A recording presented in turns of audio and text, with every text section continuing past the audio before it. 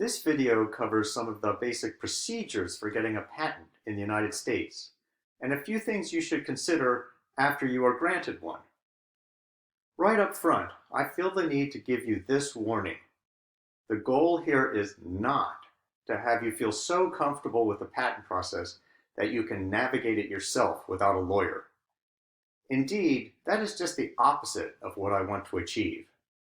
Rather, you should recognize after this video that, oh my goodness, I really must consult with a lawyer, and I'm glad Professor Burgunder gave me a taste of all this, so I know when to call her up and maybe can understand her a little better when she advises me.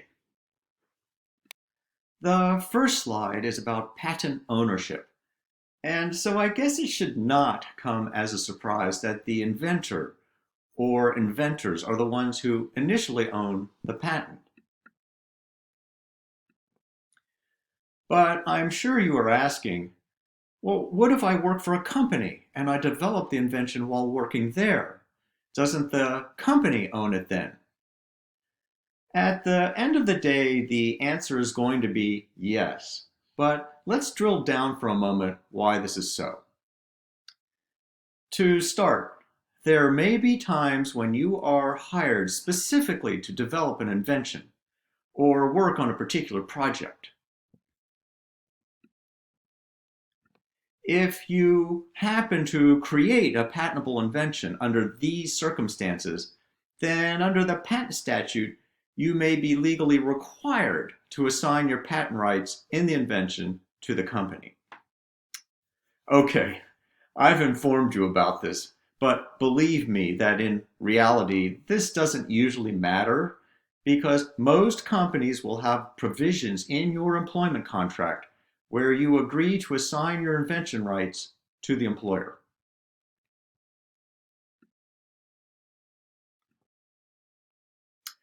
And the same is true if you start your own company and you hire employees.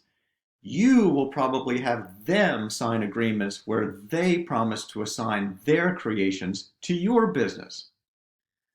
So the practical reality is that the law may require the assignment, but there's no need to get hung up about when that kicks in because the employee is going to voluntarily agree to do it anyway.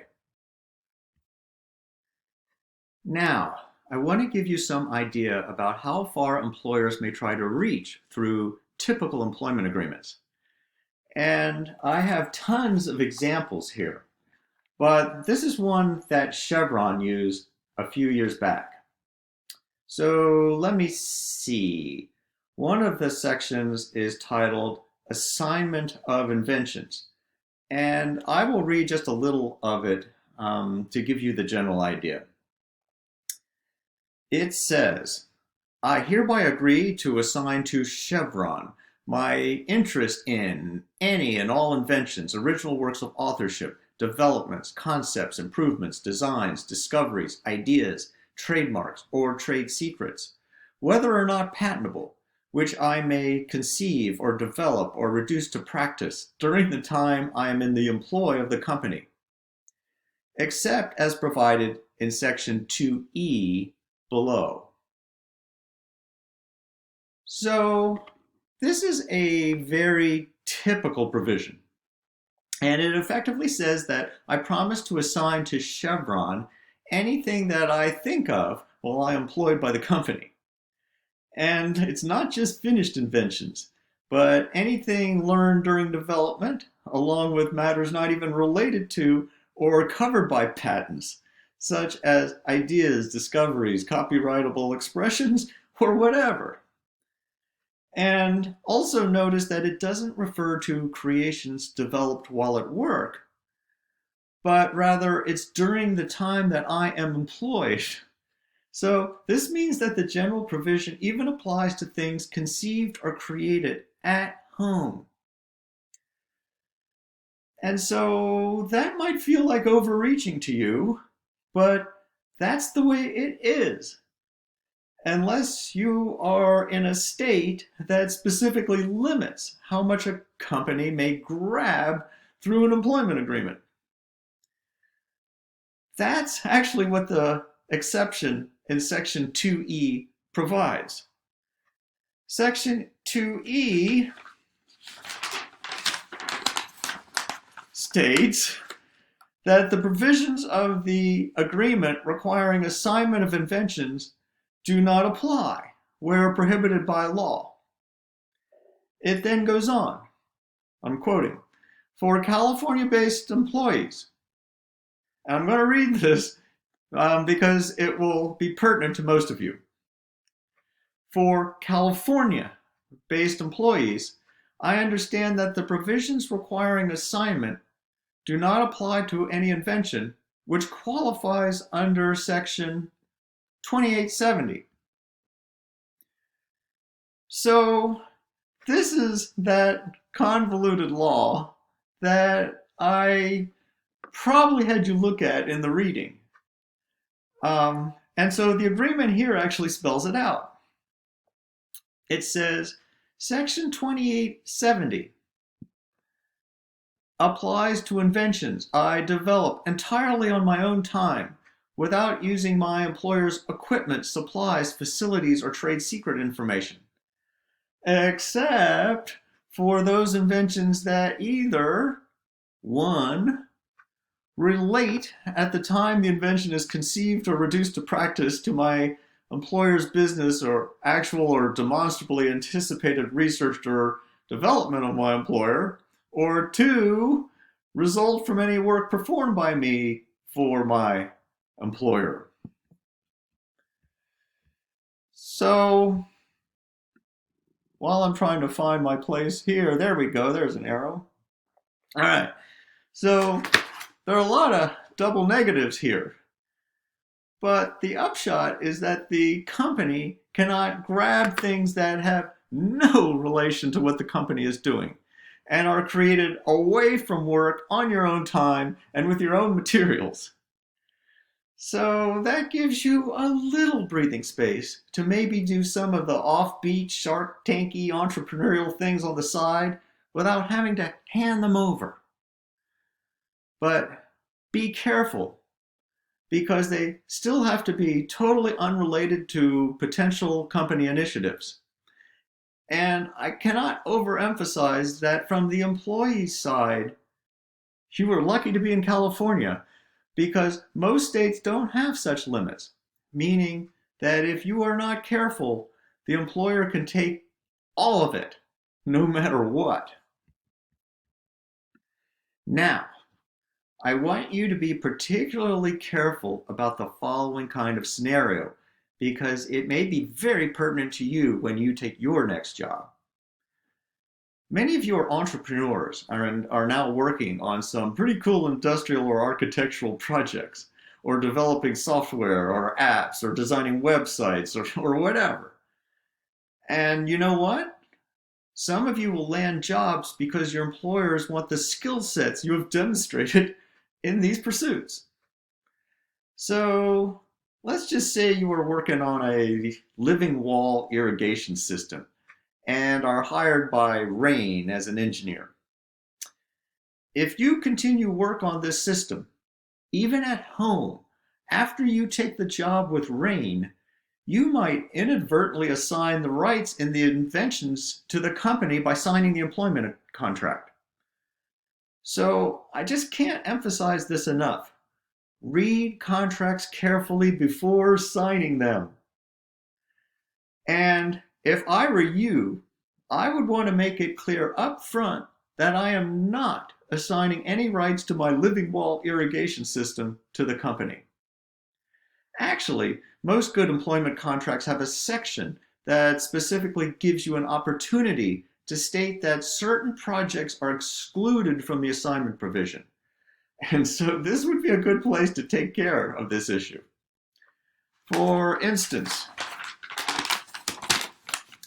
the Chevron contract has a section titled Inventions Retained, which asks you to list in an appendix your prior inventions that are related to company business but that you do not assign to the company. The agreement also makes it clear that if you don't list it, then you're going to assign it. Basically, it's list it or lose it. So pay attention. And if the contract doesn't otherwise warn you to do this, then you know enough now to maybe talk to a lawyer and add the exclusion yourself. Next, I want to mention a couple things that you should consider before applying for a patent. The first item regards making detailed records documenting the steps you have taken with developing the invention. Now, these are no longer absolutely necessary, as they were when the US was governed by a first to invent priority standard. Remember, back in the old days, it could be vital to prove the conception date and diligent reduction to practice, and the best way to do that was through appropriate lab notebooks. Today, the first to file has priority, so the government record of the filing date theoretically should suffice. Nevertheless, I would still recommend maintaining a lab notebook. For one, it might help prove that your invention was non-obvious by demonstrating how difficult it was for you to design, based on the time and attention you gave to it and the false trails you followed. Also, never forget that we are under a first inventor to file system. So you may someday have to demonstrate in a derivation proceeding that you are actually an inventor and not just someone who copied the innovation from someone else. For instance, somebody who filed later than you might bring a derivation proceeding and allege that you obtained the invention from them and then rushed into the patent office before they got there. Your records will help demonstrate that you worked independently. Basically, it's like, no, I didn't copy. I came up with this on my own and I can prove it. Here, look at these records. On the flip side, if you are the second to file, then the records might show evidence that the first filer had interactions with you, which may help demonstrate that the first to file actually got the invention, or derived it, from you. The next pre-filing issue is whether you should conduct a patentability search. Okay, so let's be clear. You don't have to. The Patent and Trademark Office will do its own search when the examiner reviews your application. So then why should you do it? Especially because if you happen to find relevant prior art, then the law requires that you give it to the examiner. And then your wheels spin and you think, if I had not given this to the examiner, he might not have found it. But now that he's seen it, he might deny the patent, or at least its broadest claims. It feels like cutting your own throat, so why do it?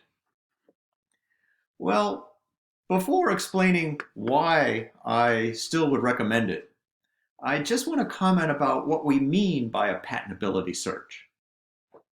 So, on one side of the coin, you are looking for any publicly available information that may affect whether your invention is novel and non-obvious. So this would certainly mean searching a database of previously filed and issued patents. But as you know, prior art is broader than what is simply in patents and includes anything that is publicly available. So a thorough patent search would look for other kinds of publicly available documents, such as journal articles and trade magazines. You might even try to find evidence of public use, such as with sales or marketing. Of course, the deeper you look, the more difficult and potentially expensive it can be. Some of these things you might try to do yourself. For instance, you can search patent information fairly effectively through the PTO website or via a special Google database. At a minimum, you can get an initial taste of what's out there in this way. I might recommend getting an expert involved in the effort with you. There are patent search firms that can conduct a basic search for around $500, more likely $1,000. Your patent lawyer can also do it, although probably for more money. All right, so the reasons to do the search. Hey, A number one, it's important to initially see if it's worth moving forward with the fees and hassles of continuing to pursue a patent. I mean, you might have thought you had some great new idea, but when you take a look, you find that other people have already been doing something very similar. And from this, you realize there's little chance I'm getting a patent on this, so I might as well stop now before I begin to pile up lots of attorney's expenses, search costs, and filing fees.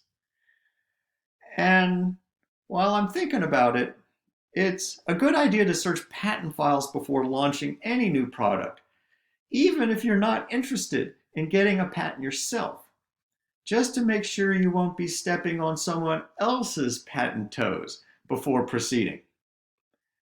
This is called negative clearance, which is a fancy term for making sure that you're clear to sell without violating somebody else's patent. But back to the main focus here, which are steps before filing. Another good reason to perform a patentability search is that it can help you raise capital from investors. Just think if you were on Shark Tank and Mark Cuban asked if you had a patent. If the answer is no, he often drops out. But you might say, wait, I've done this very thorough patent search, and you can see that there's nothing out there like this anywhere. So I'm about to apply, and you can feel confident that I'm going to get the patent. Based on that, he might make an exception and provide you with the funding. The next item I will mention is that if you do your homework and tailor your patent application and claims to what you found, then your dialogue with a patent examiner will go much more smoothly. Otherwise, when the examiner finds references, it may lead to questions back and forth, amended claims, and the like.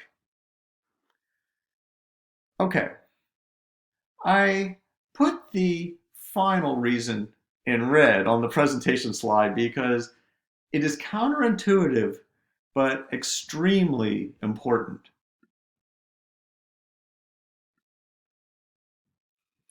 The point here is that it can be strategically advantageous to do a thorough patent search that includes not only patents, but a wide variety of other prior art sources. So, as I mentioned before, it may sound as if you're cutting your own throat by presenting prior art to the examiner that she otherwise might not have seen. Yes, you may end up with a narrower patent because of it. But this negative is often outweighed by the peace of mind you can enjoy once you have your patent in hand. So, think what happens when you believe a company has been infringing your patent and you end up bringing a lawsuit. Besides arguing that it doesn't infringe your claims, that company invariably will try to convince the judge that your patent is invalid by proving that it is obvious in light of the prior art. Remember from Panduit versus Dennison that if the alleged infringer can't find anything new to present, then the judge will defer to the expertise of the patent examiner who has already reviewed the claims in light of the same prior art references.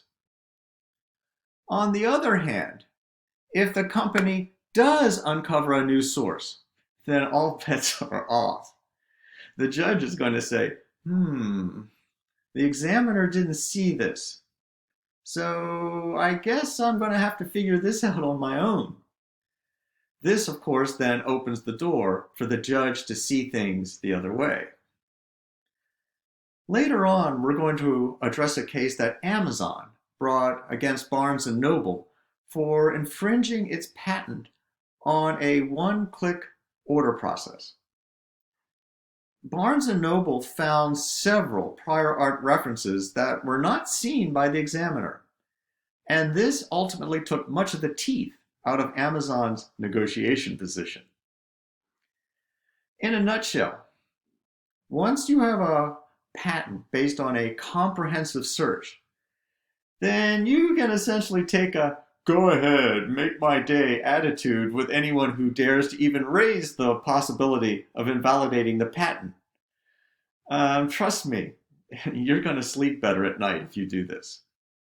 Thus, the bottom line is yes, I would do a patentability search, and I would do one as comprehensively as your financial situation allows. This should be self-evident by now, but the next consideration in the patent process is to file the patent as soon as possible. In all countries now, including the United States, the first inventor to file the application has priority to get the patent. This means that if there are several individuals working on the same kind of inventive project, you need to get to the patent office before one of the others beats you there. You also must recognize that if someone simply sells their product or publishes information about it before you file your application, then your opportunity to obtain a valid patent pretty much vanishes. So don't forget how public disclosures, even your own, can impact your prospects of getting a patent. In this regard, remember that in the United States and some other countries, you have to file within 1 year of making your own public disclosures, such as through sales, demonstrations, or articles in trade magazines. Yes, it's a grace period, but you still have to hurry up. However, it does give you a little bit of breathing space here at home. The grace period also may give you a way to preserve patent rights without necessarily winning the race to the patent office. This is because your own disclosure will shut down others who may file afterwards, while you retain that year to file yourself. But also keep in mind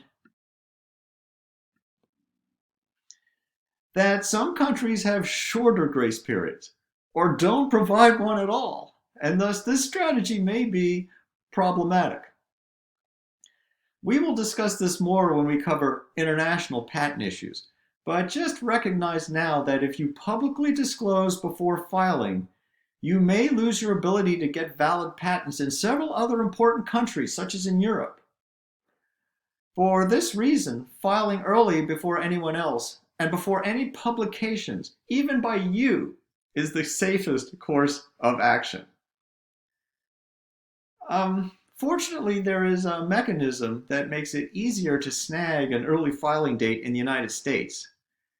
And this is through the use of a provisional application. Here's an example that demonstrates some of the advantages.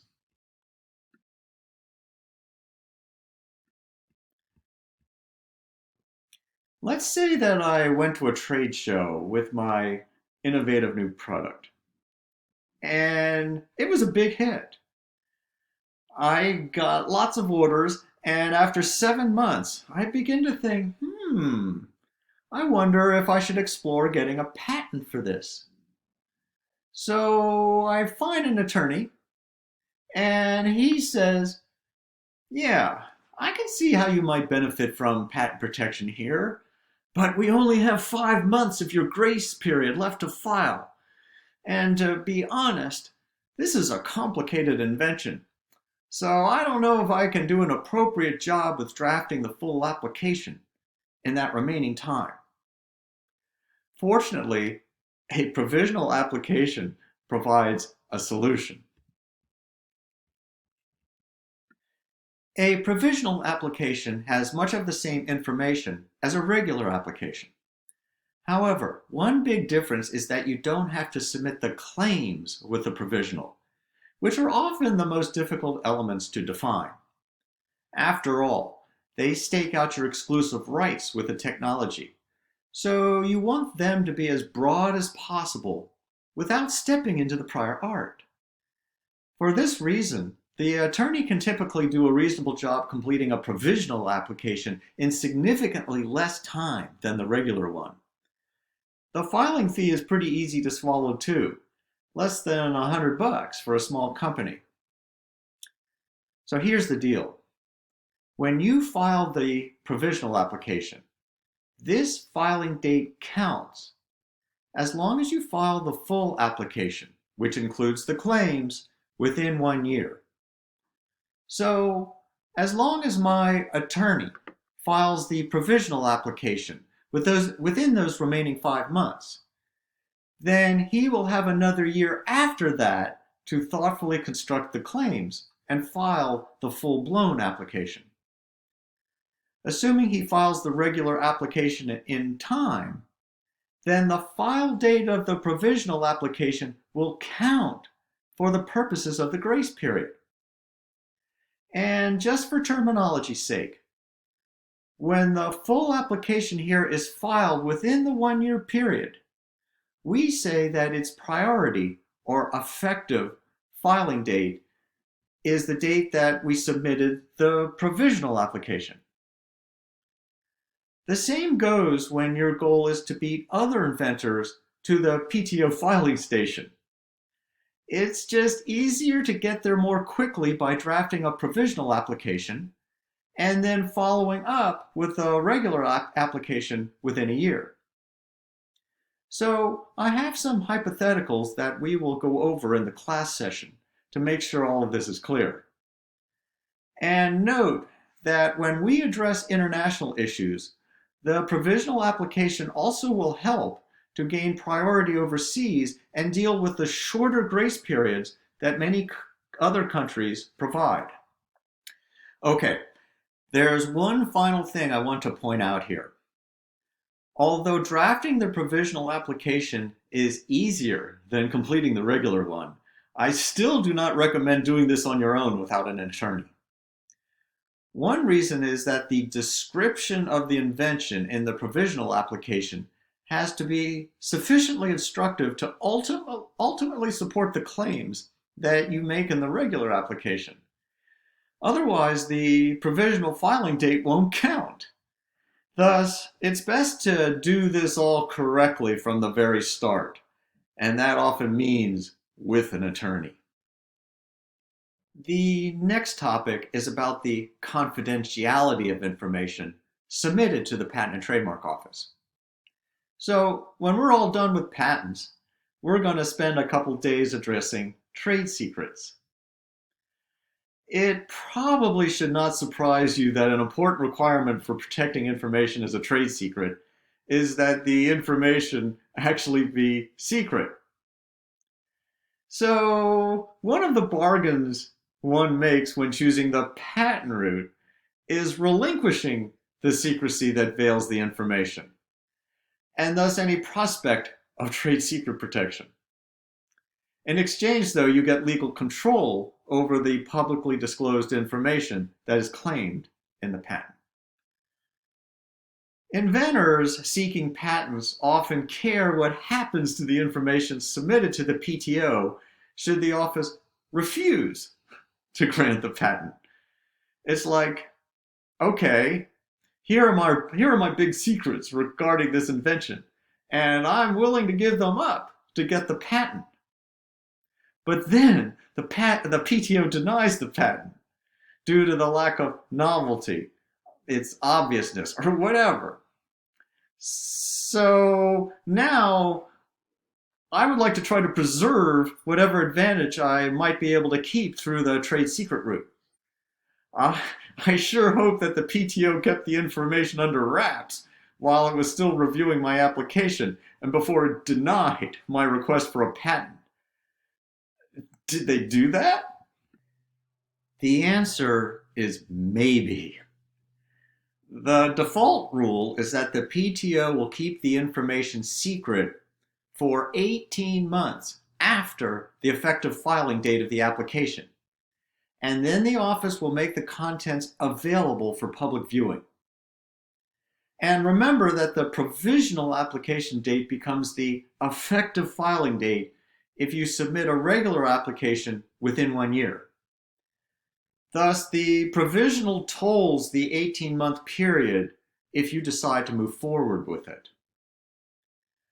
You know, it would be nice if you knew whether the PTO would grant the patent before the end of the 18-month period, but that is not often the case. So you will be forced to make a decision as the 18 months comes to a close. Do I marshal on with the expectation that I will get the patent? Or do I close up shop now, retain the secrecy of what I submitted, and try to protect my information as a trade secret? You know, it's possible that you may already have had some communication from the PTO examiner before this time, which will give you some hint of your prospects. Then again, you may have very little to go by. Oh, by the way, the same applies if you file overseas or through the Patent Cooperation Treaty, which is often the best avenue to follow if you wish to pursue patents in several foreign countries. We're going to take a look at that more closely later. Here's the bottom line is that in most situations, you should expect your patent files to be published for all to see at that 18-month mark. There's one fairly significant exception in the United States, however. If you have a good faith intention to only file for patent protection in the United States, then you can request that the PTO maintain the confidentiality of your patent files until the patent is granted. What's good faith? And what happens if you later change your mind? Don't ask. It's really complicated. But I'm going to tell you there may be ways to rescind that initial non-publication request. Okay. One last thing about the publication of patent files. If you don't get the patent, then you're out of luck. The information was disclosed, and you have no patent rights to prevent others from using what they learned. But what if the files are published and you do get the patent, let's say 12 months later? What happens during that period when others may learn the information, but you don't yet have patent rights? Can they use the information before the PTO makes its decision to grant the patent? The answer is yes, they can. And you may think, well, that's unfair. But there is a possible remedy, which is to get a reasonable royalty for the use during that interim period. However, you will have to demonstrate that the person got the information from your files and didn't just independently come up with it on their own. And just an FYI, that may not be a slam dunk, but at least it serves as some deterrent. Let's see. Next on the list of topics is patent duration. Pretty easy. The patent stays in force until 20 years after the filing date. Now, remember, you only obtained exclusive rights when the PTO actually issues the patent. And it often takes around 25 months for the PTO to review your application and make that decision. So your patent duration is actually the time that is left, which may be more like 18 years or less. A couple little sideline notes on this topic. First, the PTO sometimes takes an unusually long time to review an application. And when this happens, it is possible to obtain an extension on the patent term to compensate for the administrative delays. Also, Depending on the circumstances, the filing date used to determine duration may or may not be the effective filing date that applies for patent priority or grace periods. This is especially complicated in international matters, and for the most part, all of this is beyond the scope of this course. But one thing students often ask me about is how a provisional application affects the patent term. As you recall, the filing date of the provisional counts as the priority filing date. Nonetheless, the 20-year duration does not begin until you file the regular application. Thus, the patent may actually last up to 21 years after the filing date of the provisional. Once you have filed the patent application, you then have to focus on working with a PTO to get your patent claims approved. There is a lot to consider, from addressing the examiner to office actions, amending claims, and filing appeals with a patent trial and appeal board, among many other things. But honestly, these are details that are better left to your patent attorney.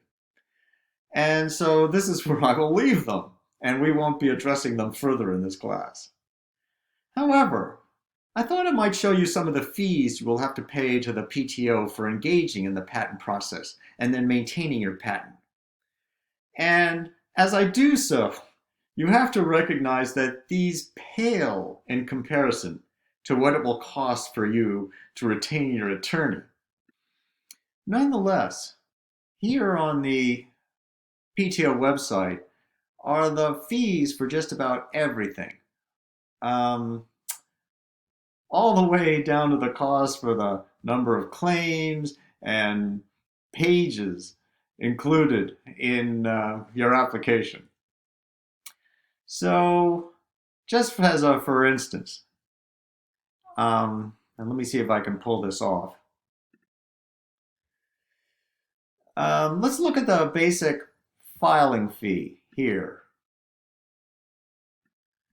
And you'll see that it is $320, but it's $160 or $80 if you are a small or micro entity. This, by the way, is the cost for an electronic submission. If you do it with paper, there's going to be an additional $200 to $400 charge. So these categories for small and micro entities clearly are important. Because the differences appear on almost every parameter, and they tend to be 1/2 or even 1/4 the amount respectively. The definitions for these follow complicated formulas, but for a rule of thumb, you can assume that a small entity has under 500 employees.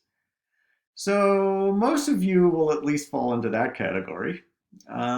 Even better, if you have filed fewer than 4 patents in the past or your gross income is not too high, then you will probably qualify as a micro entity. You see, I can actually bring some good news now and then. So let's scroll down and we see how the fees can add up. Here's the search fee, which is $175 for the micro entity. Oh, and the examination takes another $200. Once you are successful and the PTO grants the patent, you have to pay an issue fee and then maintenance fees periodically thereafter, which become more significant. Here they are, the maintenance fees, anyway.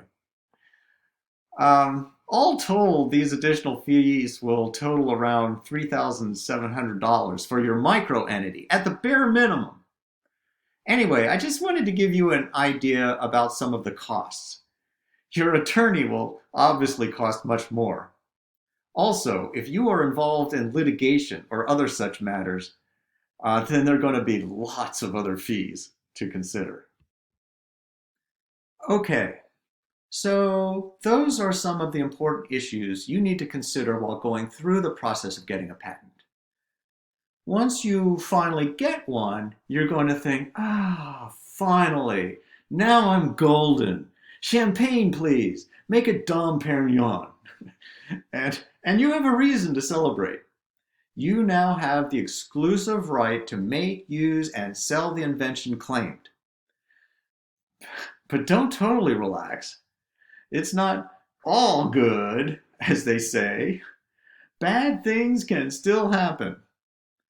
Yes, your patent is presumed valid, but you can still lose it. And if you do, there go your exclusive rights, along with all the information that the patent disclosed. On the PowerPoint slide, I listed the 4 primary ways that you might lose patent rights. The first, called post-grant opposition, is a process that was added by the American Invents Act. As you know, for most patent applications, the files are open for the public to see after 18 months.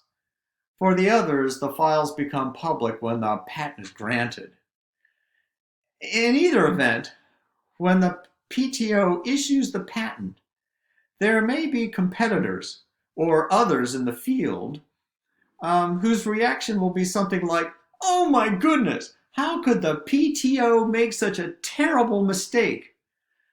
The examiners must not have known about certain public uses or sales, or they didn't find these relevant documents which clearly demonstrate that the invention is not novel or non-obvious." Well, these individuals now have the opportunity to go to the Patent Trial and Appeal Board and request that it conduct a relatively quick and inexpensive hearing to review this information and evaluate whether the PTO made a mistake by issuing the patent. The request must be made within 9 months after the patent is issued, and the petition must show that it is more likely than not that one of the claims is invalid. To support the contention, the person opposing the patent can provide any kind of evidence, including information about prior sales or public demonstrations.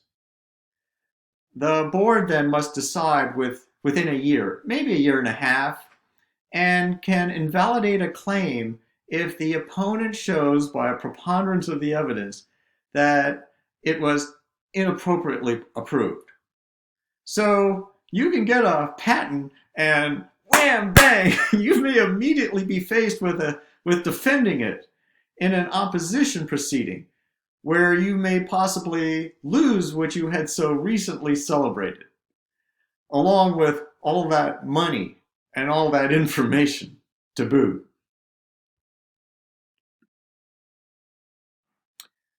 The next item on the list, inter partes review, was a process that kind of existed before but was bolstered by the American Invents Act.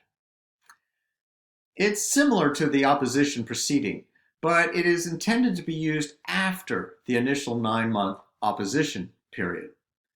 So if I catch the problem within 9 months of patent issue, I'd request the post-grant opposition process, and thereafter go with an inter partes review. Besides the timeline, the main difference is that with an inter partes review, the challenger can only introduce evidence from printed documents, such as previous patents and publications, and not other potentially relevant considerations, such as public sales. Remember that in a post-grant opposition, the challenger can provide any evidence to support its position. So basically, there are now 2 relatively easy ways for members of the public to challenge patent claims before the Patent Trial and Appeal Board. Both of these processes were established with recognition that the PTO examiners they're not infallible and may not always find everything that's relevant.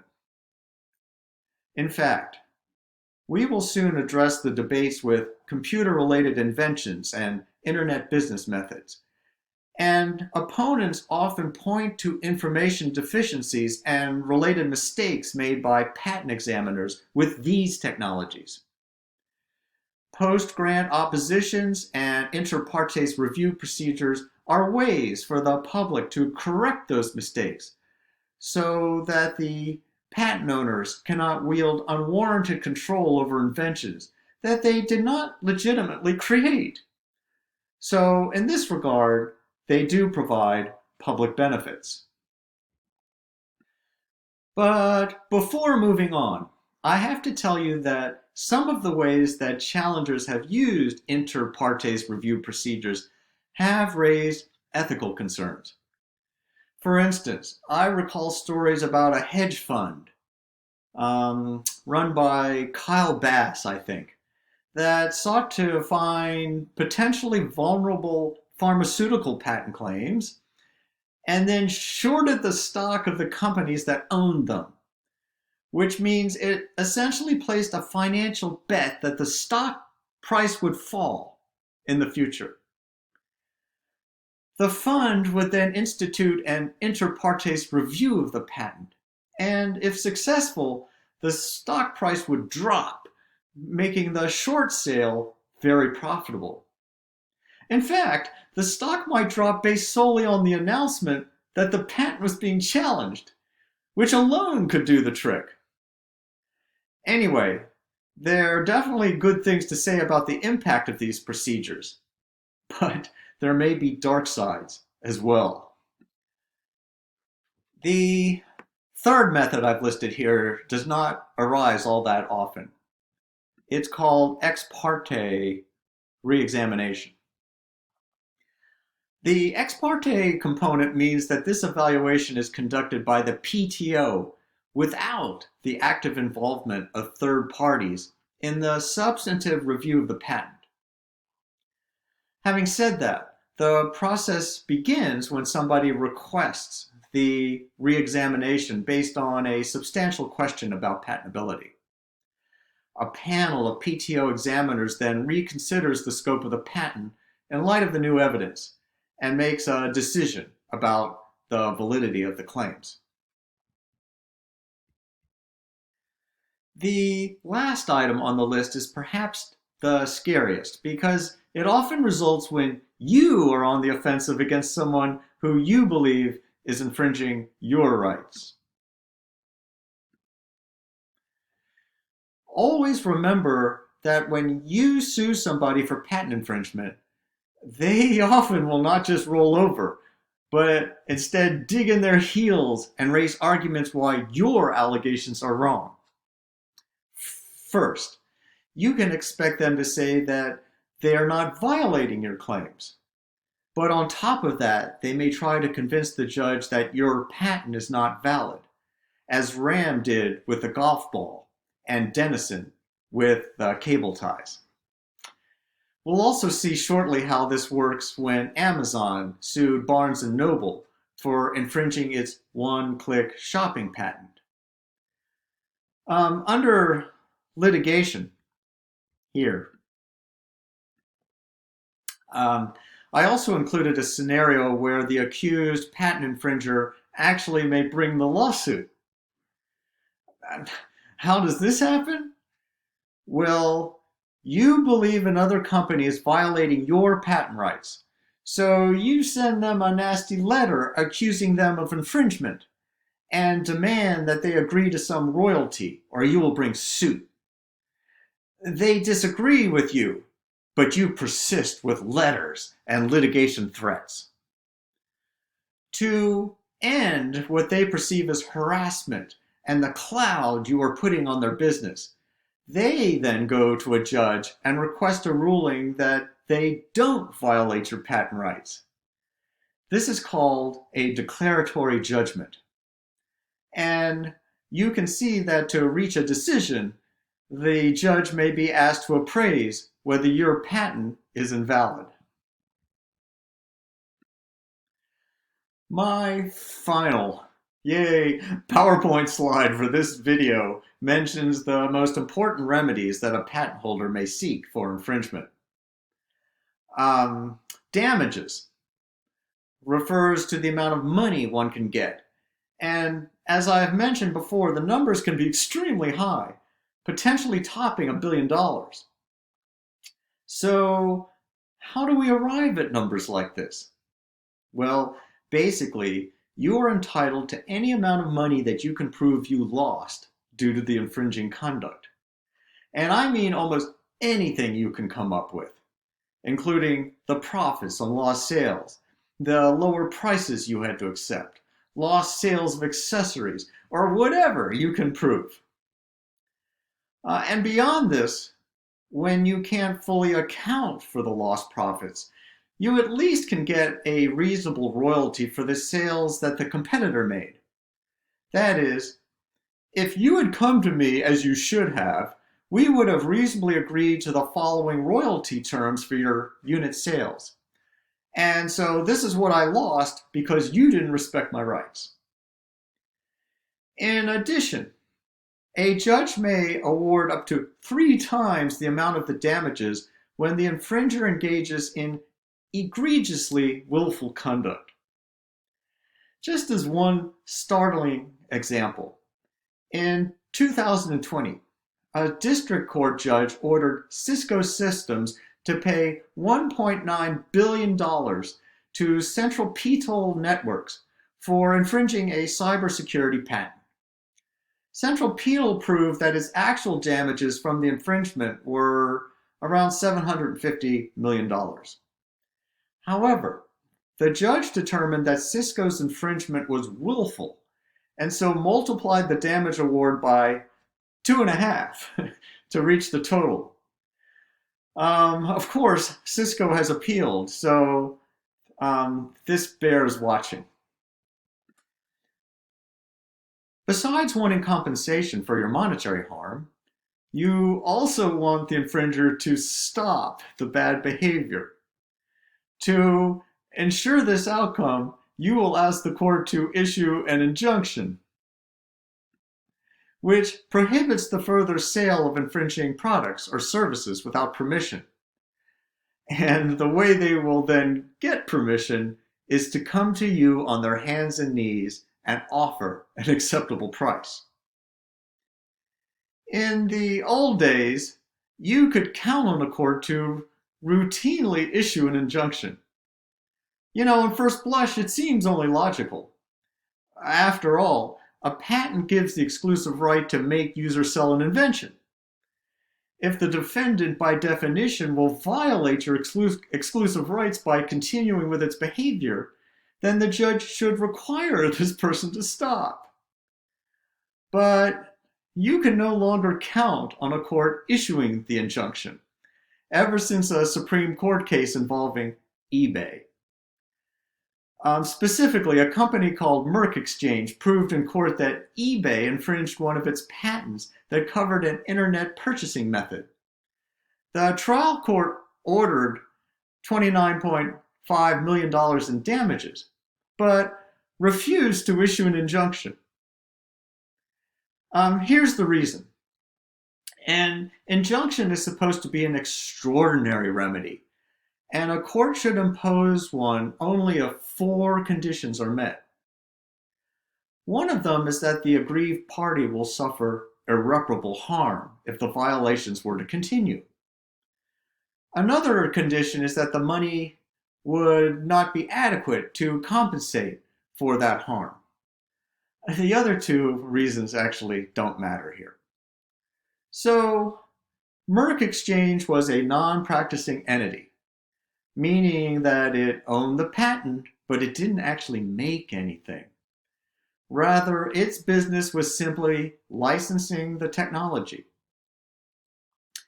The lower court believed that money would always be adequate to compensate non-practicing firms like Merck Exchange, since that was all they really wanted anyway. On appeal, the Federal Circuit said that was wrong and ruled that courts should always issue injunctions for patent infringement to enforce the exclusive rights. Okay, this went up to the Supreme Court, and the Supreme Court said that they were both wrong. The lower court was wrong that non-practicing entities could never get an injunction.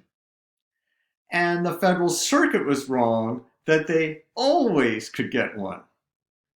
Rather, according to the court, it depends on the individual circumstances in light of the four relevant factors. So, thanks for nothing, Supreme Court. So, can you get an injunction? Maybe. Actually, I think I'd probably say yes, unless you're dealing with the following kinds of situations. One, you are a non-practicing entity, like Merck Exchange. Two, your invention is a small component of the defendant's product, so an injunction would create a disproportionate negative effect. Or three, you are enforcing a business method patent, which courts sometimes find legally suspect. We're actually going to take a closer look at the concerns with business method patents pretty soon. Does all of this matter? Well, I'm going to tell you yes, it does. Just think how it changes your negotiating position if you are haggling with a company that wants to use your invention. What situation do you think will lead to a better outcome? One where they can't use your technology until they meet your terms? Or one where they get to use your invention while you perhaps reach an agreement to fend off further court proceedings?